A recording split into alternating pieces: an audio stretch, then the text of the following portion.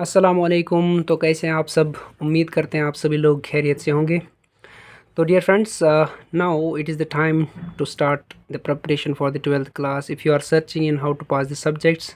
ठीक है, और आप ये सर्च करते होंगे कि पास कैसे किया जाए मैथमेटिक्स को या कोई भी सब्जेक्ट हो। तो आज मैं लेके आया हूँ मैथमेटिक्स सब्जेक्ट, जो कि बहुत सारे स्टूडेंट्स के लिए एक बड़ा कंसर्न रहता है कि मैथमेटिक्स को कैसे पास किया जाए। दो ही रीज़न हो सकते हैं, या तो किसी का मैथमेटिक्स पुअर रहता है, कोई अपना साल जो वेस्ट कर लेता है पबजी वगैरह गेम्स में खेलते खेलते।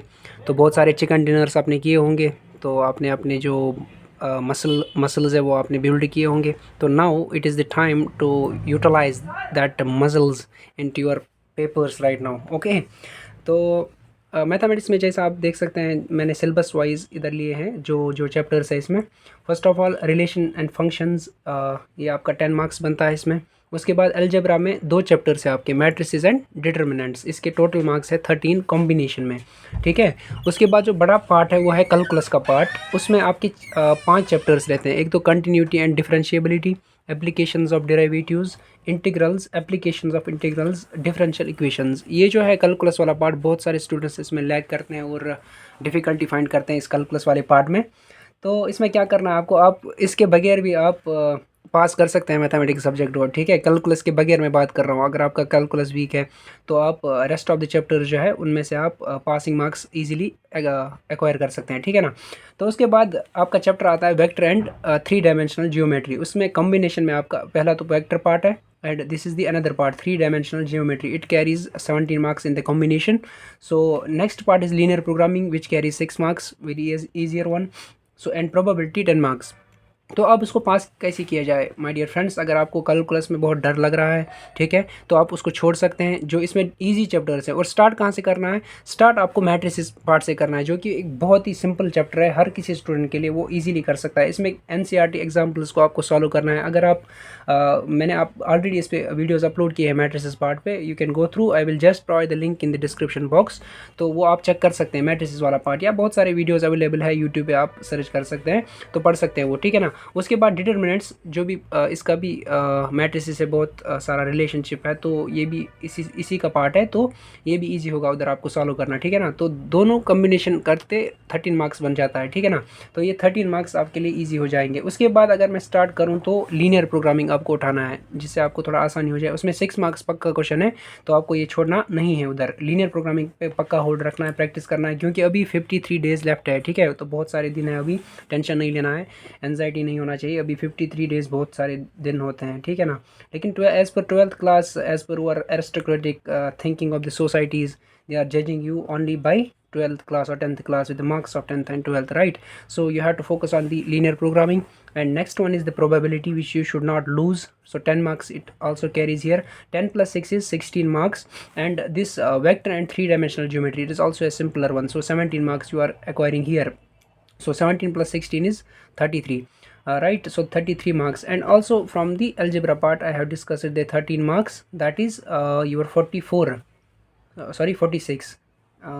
Then relation and functions 10 marks. So at least you are crossing the 50 marks, but it is not the pure strategy to pass the mathematics subject. Is not that much easy if you have not covered all the portions from these particular chapters which I mentioned here, which are the passing chapters. तो ये एक difficult चीज़ बन सकती है students के लिए, right. सो आपको calculus में क्या काम करना है? अगर आपको इंटीग्रल अगर मैं आपको बोलूँ छोड़ने के लिए भी कोई मसला नहीं, लेकिन कंटिन्यूटी एंड डिफरेंशिएबिलिटी में कुछ बहुत सारे इजी क्वेश्चंस है जो आप आराम से सॉल्व कर सकते हैं और उसको एग्जाम में लिख सकते हैं। अगर आपको कोई डिफ़िकल्टी भी फेस हो रही है इसमें, let me know in the comment section, आप बता सकते हैं, ताकि मैं इसमें जो इंपॉर्टेंट क्वेश्चंस है वो मैं अपलोड कर सकूं। ठीक है। और एप्लीकेशंस ऑफ डेरिवेटिव्स, ये भी सिंपल है। इंटीग्रल आप छोड़ लीजिए अगर आपको इससे डर है, लेकिन फिर भी आप इसमें कुछ क्वेश्चंस अगर सॉल्व कर सकते हैं तो better to go for it. If you are not good in the integrals, so better to leave it. Okay. And applications of integrals you have to leave accordingly with the integrals. Then differential equations you may solve easily. Okay, these are the simpler chapters. तो ये strategy बनती है mathematics के लिए, कैसे पास किया जाए without integrals. Okay, तो आपको इस पे फोकस करना है, मैथमेटिक्स इजीली पास हो जाएगा। कोई भी सब्जेक्ट हो, आप कमेंट में बताइएगा किस सब्जेक्ट में आपको डिफ़िकल्टी हो रही है, तो वो हम अपलोड कर लेंगे। ठीक है। बाकी जो आप गेम्स वगैरह अभी खेल रहे हैं वो सब छोड़ना पड़ेगा डियर फ्रेंड्स, क्योंकि आप जो फैमिली एक्सपेक्टेशंस रहती हैं वो सभी स्टूडेंट्स पे रहती है कि मतलब इस बार ये ऐसे मार्क्स लाएगा वैसे, क्योंकि मार्क्स पे भी आप क्या बोल फोकस कर सकते हो, क्योंकि वो ज़रूरी भी बनता है इसमें। After that there is no caring of the marks after the 12 completion of the 12th class, so it is the right time to acquire marks also. Otherwise marks सब कुछ नहीं होता, मार्क्स डिपेंड नहीं करता कि आपकी एबिलिटी क्या है, पोटेंशियलिटी क्या है, ये सब हमारी जो सोसाइटी अब बनी हुई है वैसे कि आपको मार्क्स चाहिए ही चाहिए, तो उसके लिए थोड़ा आपको सेक्रीफाइस करना ही पड़ेगा। कौन सा सेक्रीफाइस करते हो तुम लोग सिर्फ गेम्स में पड़े हुए हो, इसीलिए आप गेम से बाहर आ जाइए और पढ़िए, घर वालों को खुश कीजिए। बाकी तो मिलेंगे हम नेक्स्ट वीडियो में। जो आपका सब्जेक्ट वीक है तो मुझे कमेंट में ज़रूर बोलिएगा, हम उसके लिए एक स्ट्रेटेजी ज़रूर बना के आपके सामने रख देंगे। धन्यवाद। और एक बात, आप कौन सा मटेरियल उसके लिए यूज़ करें मैथमेटिक्स क्वेश्चंस को सॉल्व करने के लिए, ठीक है? तो मैं आपको प्रेफर करूँगा, ये हैंड बुक है मैथमेटिक्स सेकंड पीयू का 2023 to 24। इसमें सभी डिलीटेड जो आपके चैप्टर्स है और सॉरी टॉपिक्स जो डिलीटेड है वो इससे हटाए गए हैं, ठीक है? इसमें ओनली जो आपके इंपॉर्टेंट क्वेश्चन है वो उसमें आपको मिलेंगे, ठीक है? तो ये आप ला सकते हैं अपने प्रैक्टिस के लिए। जी विथ पब्लिकेशंस बुक है ये, ठीक है? Mathematics second PU if you are study in the Karnataka PU boards, okay. तो जो बाकी जो स्टेट्स के बच्चे हैं वो अपने हिसाब से कोई हैंड बुक ला सकते हैं अकॉर्डिंगली। और बेटर जो मैंने आपको बोला ही कि जो प्रीवियस ईयर पेपर्स हैं उनको सॉल्व कीजिए, कम से कम 3 to 4 पेपर्स जो है आप उनको लीजिए और एनालाइज़ कीजिए, उस हिसाब से आप क्वेश्चंस को सॉल्व करेंगे, ठीक है? तो वो बेटर रहेगा।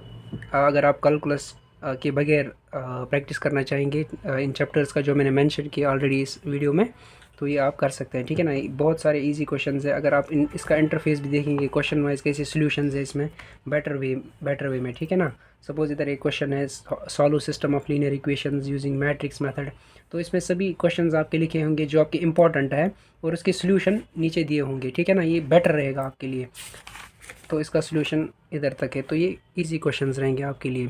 I hope you will follow these tips and strategies to hack the mathematics examination in the 12th class. So all the best for your examination. Thank you for watching my video.